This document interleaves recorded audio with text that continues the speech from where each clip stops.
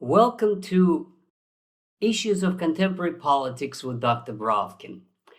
One of my subscribers asked me to comment on the latest decision of President Biden to allow Ukraine and Mr. Zelensky to use American long-range missiles to hit Russia.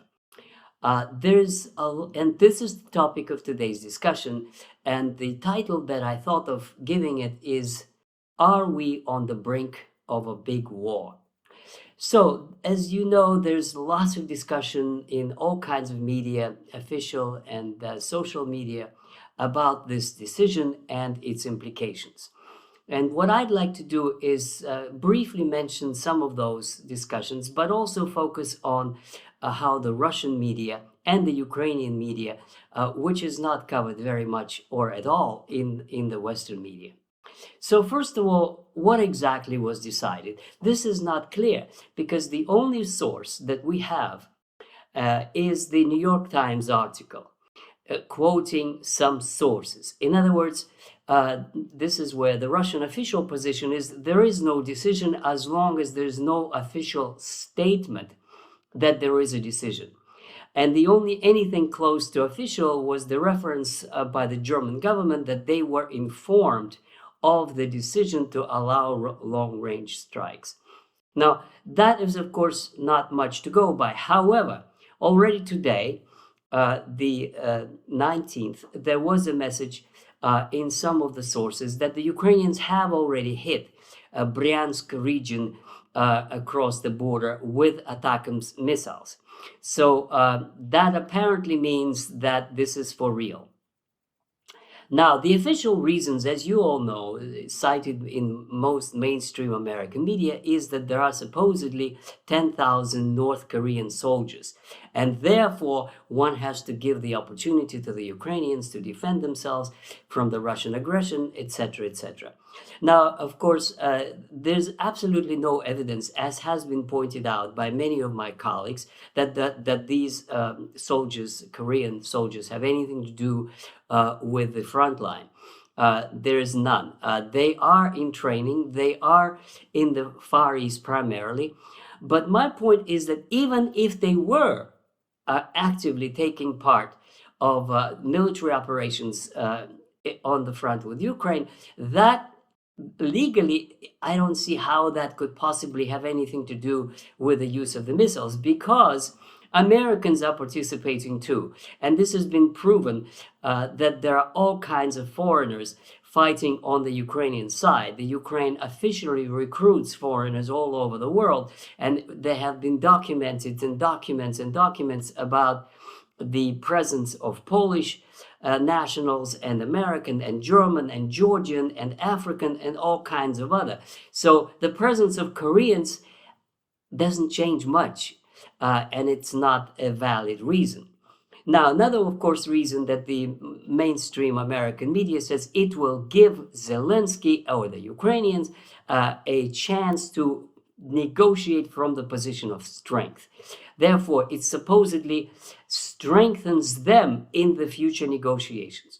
Now, let me respond to that one immediately, and that is that it does not in any way whatsoever promote their hand in the future negotiations. If anything, it is exactly the opposite, judging by the reactions of the Russian side, which is that more and more you can hear voices saying no negotiations of any kind with Zelensky government. None whatsoever. First of all, because he's not legitimate, his term is over, and there should be new elections and somebody who has the legitimate power. But also, regardless of whether he's legitimate or not, even if he were legitimate, just striking with American weapons several hundred kilometers into Russian territory is beyond something that Russians want to have on their borders as a neighbor. In other words, you don't need neighbors like this. And that means that any time in the future, they may revert to the use of American missiles against Russian cities. So that is unacceptable. Now, the real reason, let's now talk about the real reason. And this is, I agree with many of my colleagues in the field. The real reason, of course, has nothing to do with either Zelensky or Ukraine or the missiles or anything of the sort. It has to do with American politics. And there's in political science a pretty good term which is called Primat der Innenpolitik, which is translated as the primacy of domestic politics. And the primacy means that foreign policy is a derivative of domestic policy. And the domestic policy, as we all know right now in the United States, is a pretty dramatic struggle, a first stage of this struggle between President-elect Trump and the outgoing President Biden. And it's not only a matter of personal preferences or personal dislike, if you wish, the way they called each other during the campaign. It is a much more serious struggle for power among very different agendas for the United States in the future. And I agree with those who argue very simply that Biden does not want Trump to have an easy time. He promised peace. He wants to be seen as a president who will easily resolve the conflict and conclude peace. Well, Biden wants to make it complicated. And that means that he wants to escalate, and he wants to project that he calls Putin's bluff. He wants to portray Putin as weak, as incapable of response, and this is what the real purpose is.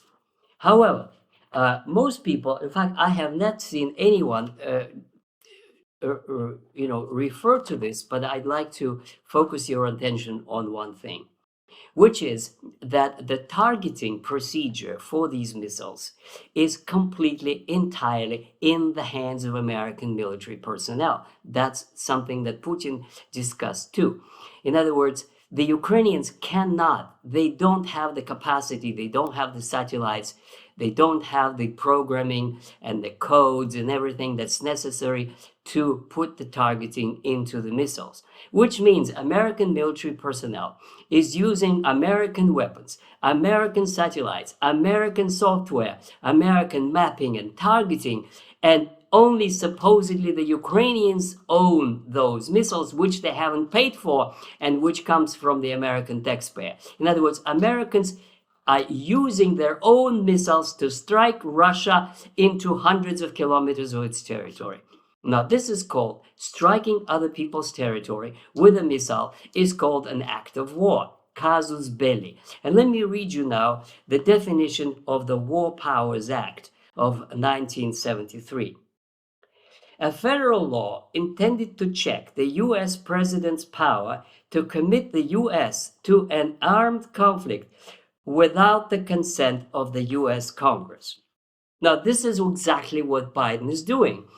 He is committing American troops striking Russia without not only consent of the conflict, but even a discussion, even information, nothing of the sort. It's just completely unilateral action of the retiring president who does not have the mandate or the power to do something. I am very surprised that nobody picked that up, this topic, and the Congress is silent.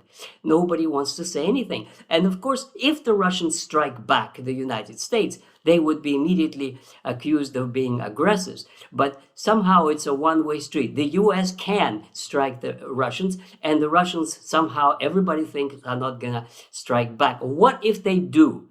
And this is the question that Elon Musk asked.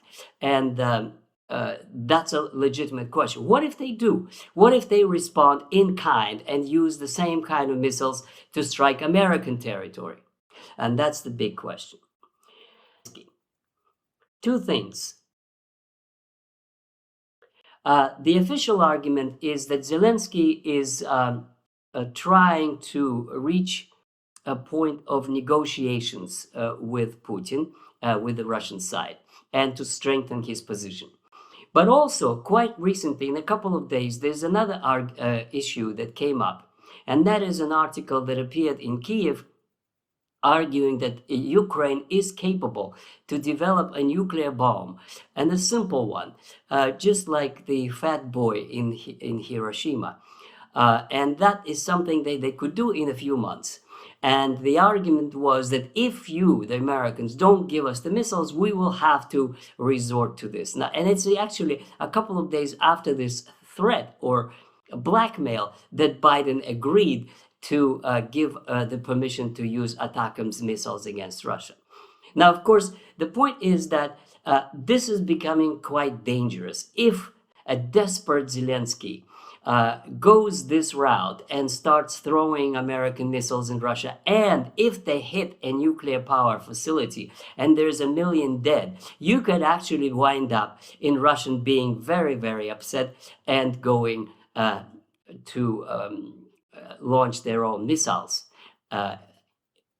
Who knows what the capacity is. In other words, it's totally irresponsible on the part of outgoing president to create a situation where Ukrainians are empowered to harm Russia to such an extent that it may respond in kind and provoke a war which could not be stopped once the missiles start flying around. And of course, here now I come to the Russian